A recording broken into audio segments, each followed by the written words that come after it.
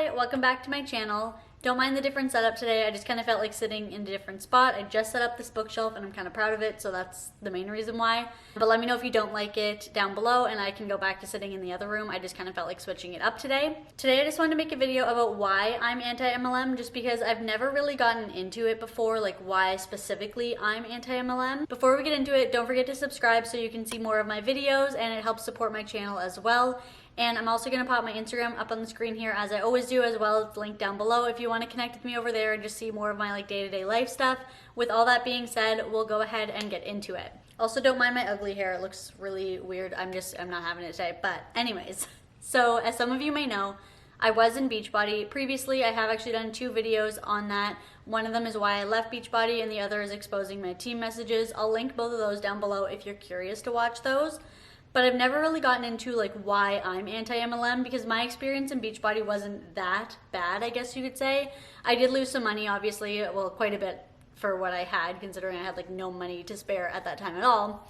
But I didn't have like a super traumatic experience or anything like that. When I left, my upline just kind of stopped talking to me. But my experience overall compared to what I have seen actually wasn't that bad. And it isn't what totally turned me to be anti-MLM, I guess. So it took a little bit longer for me to be fully anti-MLM, because honestly, when I first quit Beachbody, I sort of just thought that I just wasn't good at it until I learned a lot more about what MLMs are. So I have a few different categories as to why I'm anti-MLM. The first one is the pyramid scheme structure. Now, a lot of MLMers will say that all businesses are like a pyramid structure, and that's not entirely wrong at all. Like a lot of them are, you know, you have a CEO up top, and there's like tiers underneath the different levels of management and things like that. But that's not why anti-MLMers say that it's a pyramid scheme. It's actually more about the fact that majority of the income that you make, or if not all of the income that you can make, is from recruiting. So that's a big aspect of it. Even the FTC website does put MLMs and pyramid schemes together. Like when you look up MLM, it will say information about MLMs and pyramid schemes. That's kind of how they have them grouped. So to me, that's very telling, because they're grouping them together because they're that similar. But I am going to read a little bit about what the FTC has to say about MLMs and pyramid schemes, just to kind of give you an idea of why it is a pyramid scheme structure. So they specifically say, and I'm sorry I'm looking down for this, I'm just going to read it to make sure that I don't read it incorrectly, but they specifically say, are you considering a business opportunity that involves selling products to family and friends and recruiting other people to do the same? That kind of business is called multi-level marketing, MLM, or network marketing. Some MLMs are illegal pyramid schemes. So they did say some, not all, but that's very key, because they're saying that despite these MLMs still operating, they are illegal pyramid schemes. To me, that's pretty key, just because MLMers will usually say like, oh, we're not a pyramid scheme because if we were, we'd be shut down. Pyramid schemes are illegal. And they even sometimes bring up the FTC, but this is the FTC themselves saying that some MLMs are actually illegal pyramid schemes. They've just not been shut down yet. They also go on to explain that your recruits, the people they recruit and so on, become your sales network or downline.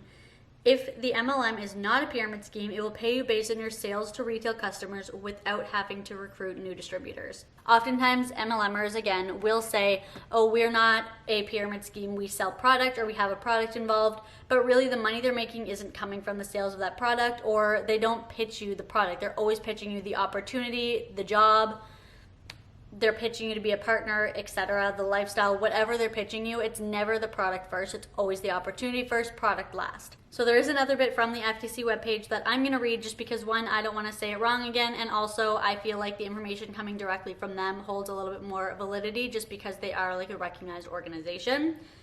So I will also link it down below in case you want to read more information yourself, but it says pyramid schemes are scams.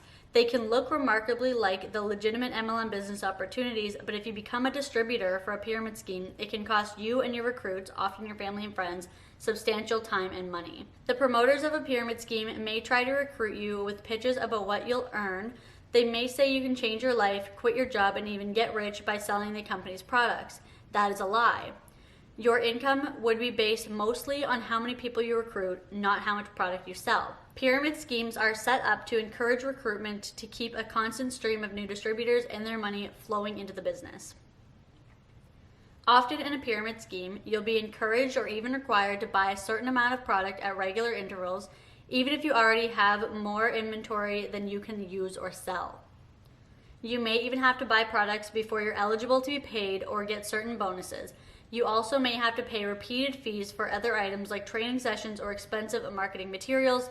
In addition, the company may say you can earn lavish rewards like prizes, bonuses, exotic vacations, and luxury cars. However, it often turns out that you have to meet certain product purchase, recruitment, training, or other goals to qualify for the rewards, and only a handful of distributors ever qualify. Eventually, most distributors find that no matter how hard they work, they can't sell enough inventory or recruit enough people to make money. They also can't keep up with required fees or the inventory purchases they need to make and to qualify for rewards, and they can't earn enough money to cover their expenses. In the end, most people run out of money, have to quit, and lose everything they invested. Here are some warning signs of a pyramid scheme. Promoters make extravagant promises about your earning potential. Stop. Such promises are false. Promoters emphasize recruiting new distributors for your sales network as the real way to make money. Walk away. In a legitimate MLM program, you should be able to make money just by selling the product.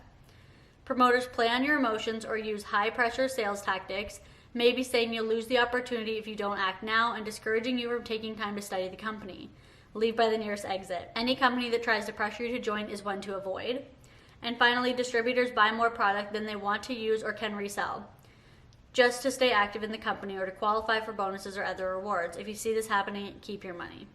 Now, that is, to me, big because, yes, they do say that there are some legitimate MLMs, but obviously a lot of what we just heard them describe is what we're constantly reacting to here on this channel and on other anti-MLM channels as well, which are all of those things like the lifestyle claims, the free car claims, the vacation claims, etc. The reason why I care about it a lot and why I became anti-MLM is because I feel for the people that fall for it, and I did once as well. So everyone has their own reason for wanting that financial freedom. Oftentimes it is more personal and important reasons to them, such as wanting to be able to pay their bills without worrying or stressing or deciding what bill's not going to get paid that month to pay something more important, or they want to be able to spend time with their families or their kids. It's not often to be able to say add an extra vacation or to buy a luxury bag. Oftentimes the people most vulnerable to these types of programs are the ones who really, really need it. They're not looking to get this extra luxuries. They're looking to pay their bills or feed their families.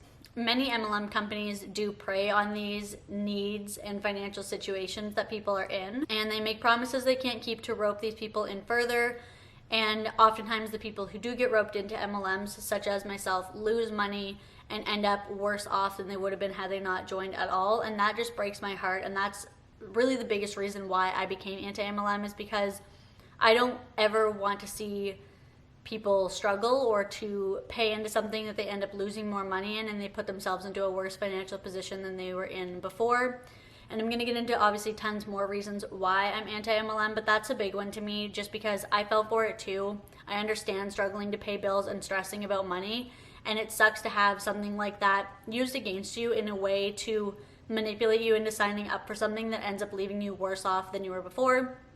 So my goal with being anti-MLM is always to put the information out there and empower people to be able to make an informed decision. Whether or not they sign up after that is up to them, but I just want the information to be out there because I know when I first signed up there wasn't as much information at all. It was really hard to find videos from people who were anti-MLM when I signed up. A lot of it was all MLMers saying how great the business is, but of course they're the top 1% that have like a huge following, a huge YouTube following, and those are the videos that were out there for me. So the second reason, which these are in no particular order, they all kind of go together, but the second reason is shaming, and specifically the mom shaming that happens in MLMs. I want to start out by saying I'm not a parent, so I'm never going to understand how it feels to have someone make you feel guilty about having to either work when you have a baby at home or if you're resting when you should be working. I'm never going to fully understand that, but it bothers me to no end regardless. So I'm going to put a post up on the screen right here. I'll also read it for you, and I'm going to try to blur out the face and the account name, but if you can see it, please don't obviously comment on the specific person in this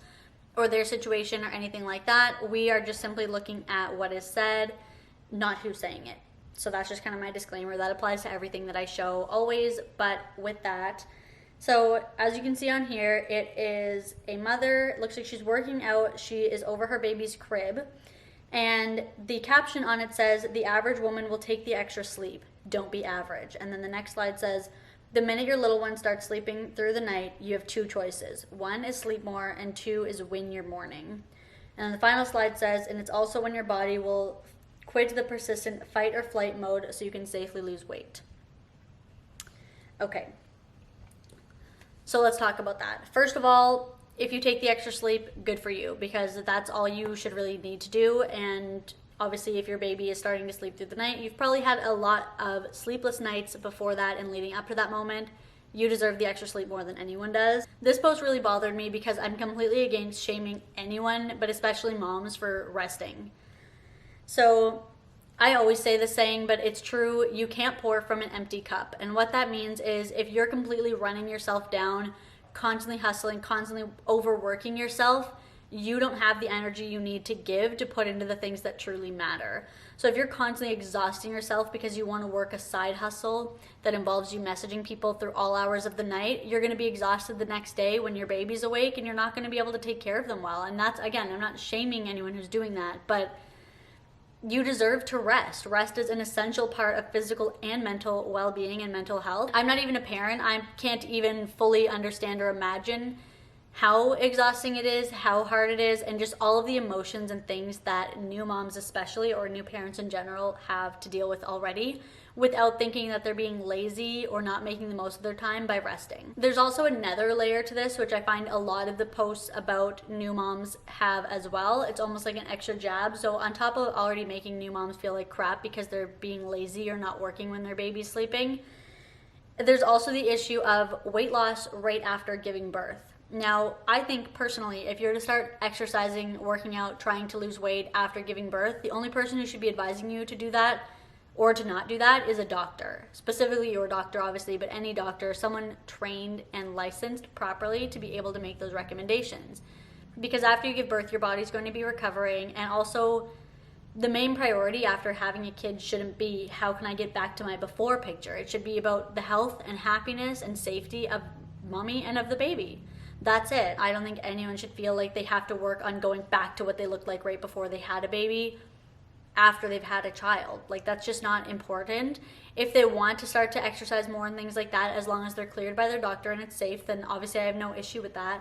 But it shouldn't be this pressure to look like how you did before. I mean, you had a kid. You're not gonna probably look like how you did before, but that's okay. You have a baby. And here I'm just gonna post some photos of people in MLMs showing their before and afters, or sometimes it's pictures of them pregnant versus after. So here's one picture, and then this one, this is from Anti-Beachbody Coach, and their caption is really great, so I'm gonna read that. It says, "How is making money by targeting vulnerable women a respectable job? People have to know she doesn't create these programs. They are not her programs. She did not create the nutrition programs either. In fact, she isn't even certified in fitness or nutrition.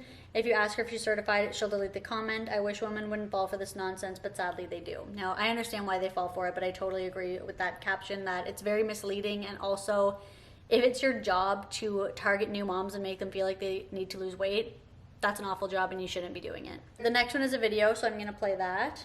In pregnancy, if there's a certain style or trainer that you gravitate towards, obviously, and between doing this stuff, pregnant now twice, and being a group fitness instructor, even if the modification isn't enough, I can always create something for you that is safe to do depending on your trimester and the limitations or modifications that you need to maintain.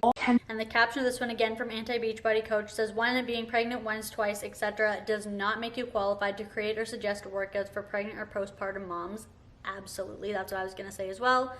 And 2, getting a certification from Beachbody does not in any way, shape, or form make you qualified to be a group fitness instructor. Absolutely, exactly. So, and then as they send their comment, and as I mentioned before, the only person you should be consulting about working out, whether you are pregnant or directly after, anything like that, is a doctor. They're the only person who can safely give you advice on that. And the fact that MLMs try to target new moms and give them this advice, which could honestly be damaging to them, their child, or anything like that, is disgusting. And it's just another reason why I don't support MLMs personally. This is also shared by Anti-Beachbody Coach, just because I feel like Beachbody is the main one that does this. But they made the point as well that the before and afters, if you look at the description, they're the same photos. Like 2 of them, the blue leggings picture is the same, and then the black like underwear, whatever that is the same picture.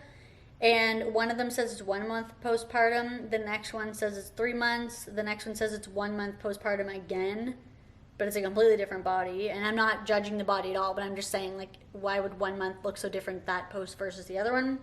And then the next post with the same one says 6 weeks, which again, 6 weeks to a month isn't a huge difference, but it's a difference enough to wonder why they did that. So not only is it targeting people and saying, oh, you should change your body even though you just had a baby and that should be your priority, it's also misleading. And the third reason that I don't support MLMs, and something I really dislike in MLMs, is hustle culture or productivity culture. So hustle culture is something that I absolutely do not support in any way, whether in MLMs or outside of MLMs. I think it's totally unhealthy, it's not normal, and it isn't something that we should feel pressured by. But hustle culture is essentially the idea that if you're not grinding at something or working all hours of the day and getting up early to work and put in work outside of your 9 to 5, that you're lazy, useless, you don't care about your life, etc. So this one does kind of tie into the last point about shaming, but as opposed to specifically mom shaming, this one kind of applies to everyone, whether you're a mom or not. But similar to what I said in the last point as well, people need to rest, and rest is absolutely essential to mental and physical health and well-being. I'm a huge advocate for mental health, for taking breaks, for giving your body and your mind time to rest, to recharge, to recover, and so on. Yes, I think that it is important to work hard within your capability and within your means, but it's also just as important to rest and recover so that you're able to give your all the next day. I obviously have no issue if someone wants to work until 2 a.m. on a legitimate business or side business after they get home from their regular 9 to 5 job or whatever they're doing during the day. I have no problem with that if it's something they truly want to do, but my issue comes with the pressure that's applied for everyone to fit that mold when not everyone is going to. My issue with this in terms of MLMs is how they use this ideology to push people into signing up for the MLM. We're told by MLMers that if you don't have a side hustle, or if you're not making extra money on the side, or if you're not working your own business on the side, you're considered lazy, you're considered that you don't care about your family, or that you don't care about making changes or improvements in your life, or if you mention that you can't afford something and you're not doing an MLM, that basically you don't actually care about that thing, you're just making excuses. People are more likely to sign up for MLMs when they are vulnerable, whether they're psychologically vulnerable and they're looking for the companionship that comes with being in an MLM, or they might be financially vulnerable and struggling to pay bills, or deciding how they're going to pay for X and Y, they want to work from home, whatever the case may be. Hustle culture is used in MLMs to paint the picture that you can't be successful without lots of sacrifice. It's usually sacrificing time and money for the potential to be successful later on, but oftentimes in MLMs that point of success never comes, and all you've done is wasted time and wasted money trying to reach something that isn't possible. So we know from income disclosure statements that 99% of people in MLMs are not successful. They use the hustle culture ideology to convince you that you can beat the 99% and that you can make money from it. That's the thing, is whenever would 99% of people that join into something all be lazy or not hardworking? Like that, those odds just don't make sense. The success rate would definitely be higher. Yes, there will always be people who don't work that hard, or who aren't as driven, who don't really care about making the extra money that much, and they won't be successful, especially in something like an MLM. But if it was true that the only people that fail are people who don't work hard or who are lazy, the percent would be a lot different. They also use it to keep you in, because again, they're using that ideology that if you work hard enough for long enough at something, you will see success. So month after month, you're going to be devoting time and money into buying new launches of the products, possibly paying fees to stay in the MLM, all while not making a cent. The fourth reason why I don't support MLMs is the toxic positivity. So this is very similar to the last one. I'm not going to go into quite as much detail just because we've kind of already discussed the idea of it in general, but I'm going to play a video here first, and then we will get reacting to that, and I'll talk a little bit more about the toxic positivity. Hey guys, I want to talk to you about something really quick, and I think that this might give you a little bit of a mindset shift. Okay, maybe you're a market partner in this business. I know I have a ton of market partners who follow me, and or maybe you haven't started this business yet and you're, scared to. You're scared to, because you're scared about what people are going to think about you. You're scared about the bogus allegations online about hair loss. I'm going to get to that in a minute. You are scared of doing something that is a pyramid scheme. being successful is not a popularity contest, okay? So you worrying about yourself and your own success is never, ever, ever going. Let's take Jesus, for instance. All right, you guys, I want to talk today. King of Kings died on a cross for us, has done everything in his life to make ours better. And he still has haters. You guys, if you're worried about haters, if you're worried about, someone thinking something about you, stop it. Stop it now. Because there is nowhere in your life, there are no people in this world that you are going to be able to help if you are constantly worried about the approval from, honestly, haters. Okay? It's not, and this is where I'm saying, don't start a business because you want to, be popular with everyone. Start this business, work this business to help others, to be of service to other people in this world who need our products, who need this opportunity. There's an analogy that I always share with my team, okay? And it's called the birthday party analogy. And we all have birthday parties. We all have, baby showers. We all have things where everyone was coming. We had this full list of RSVPs. And somehow the topic of every discussion ends up being all the people who didn't show up, right? I cannot believe Sally didn't come. I cannot believe Karen didn't come. I cannot believe Susie didn't come. How rude of them. They RSVP'd and they didn't come. Why is that the topic of conversation? It's the negative, right? Change your mindset. To be of service in this business with this opportunity, because what it has to offer is way more than focusing on the people who are not showing up for it. Focus on the people who are. Focus on the people who, need this opportunity. Shift everything to positivity. The more you focus on that, the more positive your life is going to get. The more you focus on the negative, the more negative your life is going to get. So you guys you are in charge of this. It is a decision. That's all it is a decision. I choose to not focus on the hate I get every single day in my inbox. I'm in this business with this opportunity. I choose to not focus on the, bogus allegations of our amazing products. So you should too. Watch your business, watch your life change. Watch every single thing start veering in a direction of positivity. You guys. Okay, so there's a lot to discuss with that one. First of all, I want to say I do agree that focusing on the positive is the best course of action. It can lead to a healthier and happier life.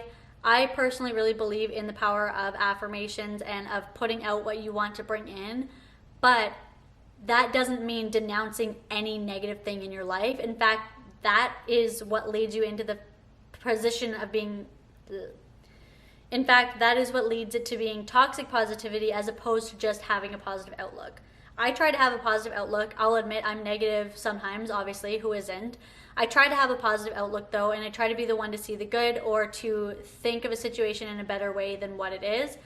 But that doesn't mean that I don't have bad days, or that doesn't mean that my bad days or bad things that happen to me are bogus, as this woman has said. First of all though, I want to say how this mentality of being positive turns into toxic positivity, and that is by completely ignoring the fact that negative emotions and negative things happening are normal parts of everyday life.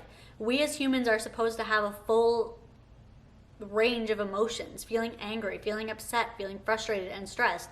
Those are all normal, and you shouldn't just push it away, pretend it doesn't happen, or tell yourself to just smile and be happy through something that's making you upset. It's not healthy to not allow yourself to feel negative emotions. And I use the word negative lightly just because I don't think that being sad or angry is inherently bad or inherently negative. I think it's all part of the human experience. Back to what she said, in the video and why I think this is more of a toxic positivity. First of all, I want to discuss her saying that the allegations against Monat products, because she is with Monat, are bogus and that they're just negativity. This is a huge thing we see in MLMs, especially from Monat, because they do have tons and tons of lawsuits that many people are aware of. They consider the allegations and the lawsuits to be just a bunch of negative BS, negative Nancy's, people complaining just to complain, people hating just to hate, and that isn't true. It's people who had hair loss and sores on their scalps who reported it and filed a lawsuit against it, and they're not bogus. In fact, there are still investigations open today. That's one thing with MLMs, is any type of criticism they get, they consider it as a negativity and hate, and that's just not a good way to run any business. If you were a legitimate business owner and someone came back to you with critique, if you meet that with saying, oh, you're just a hater and you don't change anything, you're never gonna grow, you're never gonna be better, and eventually your clientele will go down, because no one wants to stick with someone who's not willing to change and grow. The other thing is her saying, oh, we've all had parties where people don't show up even though they RSVP'd, and that's always the main topic of conversation. Personally, that's never my main topic of conversation. I've been to tons of things where people don't show up. I've had tons of events where not everyone shows up. I've never once even considered it. They might send me a text, hey, sorry, I couldn't make it, and I've never thought into that. I've also never been to a party or a wedding or an event where people were supposed to show up and then all of a sudden everyone's talking about that. In fact, most times, most of the guests don't even fully know who is supposed to be there, and no one ever talks about who's not there. So maybe her circle is just a little bit more negative, and it's kind of funny to say that, but maybe that's just the way that her mentality is, because a lot of the time these people who preach toxic positivity and good vibes only are the most negative. Toxic positivity is used, again, to shame people who don't want to join an MLM, who are skeptical of MLMs, or who have said no or given an excuse as to why they can't. And these MLMers will use this toxic positivity mindset to shame them and say, you're just being negative, you're just afraid, you're just a hater, and that's why you won't do it.